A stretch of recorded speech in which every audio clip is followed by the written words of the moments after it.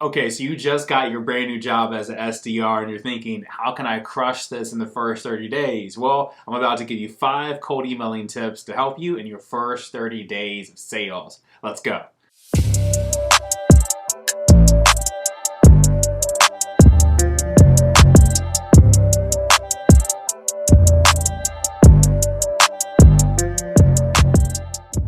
Hey, my name is Darryl Darks, and you guys are watching The Branded Hustle. And in my sales career, I've sold over $15 million ARR. That's annual recurring revenue. So I can't wait to give you some tips on how you can ramp up your SDR career and be a better cold emailer in your first 30 days.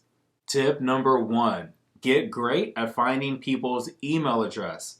This can take up so much time. Like you go to this website to try to find their email, then you jump on their Twitter, try to find their email, and it's just like a big mess, right? What you want to do is really narrow it down to like what could possibly be someone's email. Like I'll give you an example. Is it first name dot last name at website.com? Is it first initial last name at website.com? There's so many different things it could be. To save yourself a lot of time, I like to use a tool that's called verifyemailaddress.org. You can just guess really. You can just say first name dot last name at blank.com or name at blank.com, whatever it is. But get really good at finding the correct email address fast. Let me tell you why you want to do that.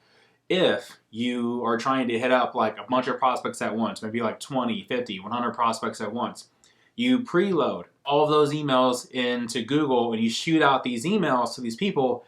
If they start bouncing on you, Google is going to realize you could be spamming people, and they're quickly going to stop your next emails from going out, which is a big issue. You don't want that. So what you want to do is make sure the email address is tied up front. So you want to get the correct email address. You want to do it fast. You can do that with this tool right here that I'm telling you, which is emailverifier.org. So tip number 2 is making the email personalized. So when you're sending out emails, you don't want to have like a super generic pitch for every single person. Now, granted, some of this is going to be the same info that you're kind of copying and pasting to the next person. Let me explain.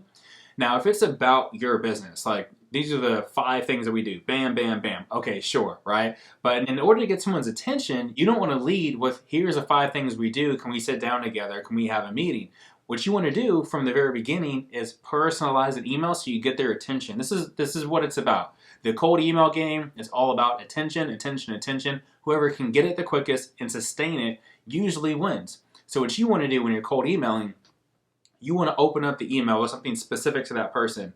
It should go something like this. Hey, John, I did some research and I noticed you're an avid basketball player. Me too. I love to play basketball local rec.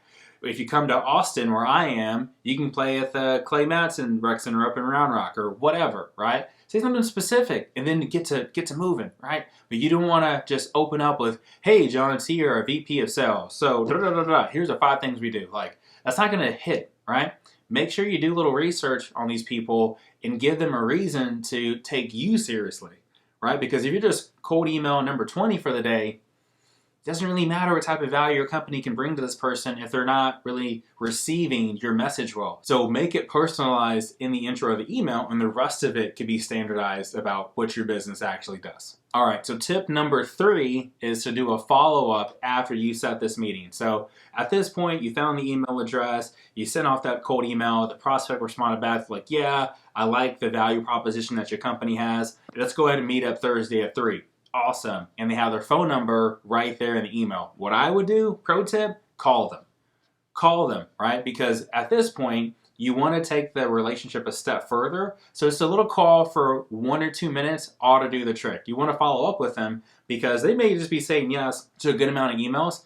And maybe there's something that you can uncover on this call that can help you get the sale. Or maybe they're just saying yes to meeting with anybody, but they haven't really established a one-on-one connection yet. And if you're the first person to call in, you could win. So make that dial. And that leads me to tip number 4, which is to ask a couple of qualifying questions once you call in. So here's what you want to do. You're calling to establish that relationship. You want to say something like, hey, John, it's Darryl from ABC Company. I shot you an email. We're going to meet on Thursday. Just want to give you a call and say, hey, really appreciate you carving out some time for us. We can't wait to show you X, Y, and Z. Super quick, just to make sure we're very prepared for the meeting.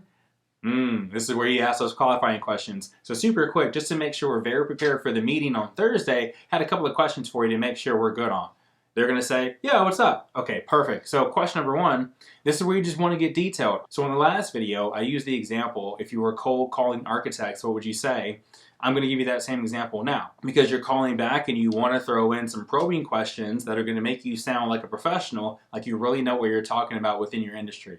So you can say things like, hey, so I checked out your website and it says that you guys are focused on custom home builds. I had a question. So do you guys just do custom homes or do you do like high-end remodels, maybe even some like commercial work? That's a good question to ask. That's going to get this person talking to you. Like, okay, so this person has thought through what it is that we do. Let me just answer the question and they'll answer it, right? Here's another one you can ask. So I noticed on your website you guys are with the AIA, the American Institute for Architects. Are you also with maybe the US Green Building Council or anything like that?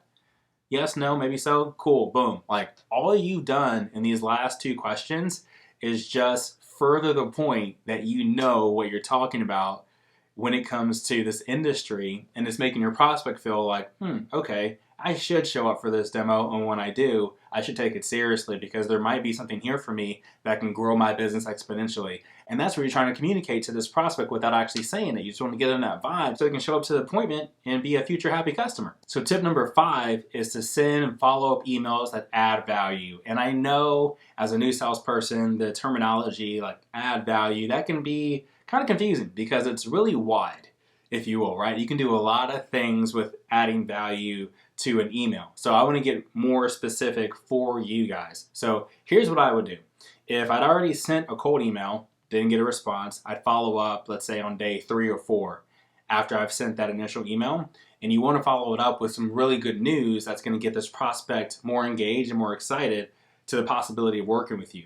So you would say something like, hey, so we just onboarded 2 new customers that are very similar to your business. They're in the same industry. They're in a similar location to you. They have about the same amount of staffing. They do a similar amount of revenue per year, and they're super happy with coming on board. We've already been able to solve problem X and problem Y for them. I wanted to see when you're available this week so we can talk about it. Something like that. Anything, right? But it's more engaging. It's more than just like, hey, you didn't answer to my first email. How about now? Are you going to answer? Like, you gotta throw in a little bit more for them, right? To make them feel like, okay, this person's actually trying to get me. Not just anybody like me, but me on the phone so I can see their demo. Oh, that's really cool. And that gets them excited. And excitement sells. So this has been 5 cold emailing tips for SDRs in your first 30 days. I hope you guys found the video to be helpful. Don't forget to comment, like, and subscribe. Plus, hit the notification bell so you know when we come out with new videos. This is the Branded Hustle. See you guys on the next one.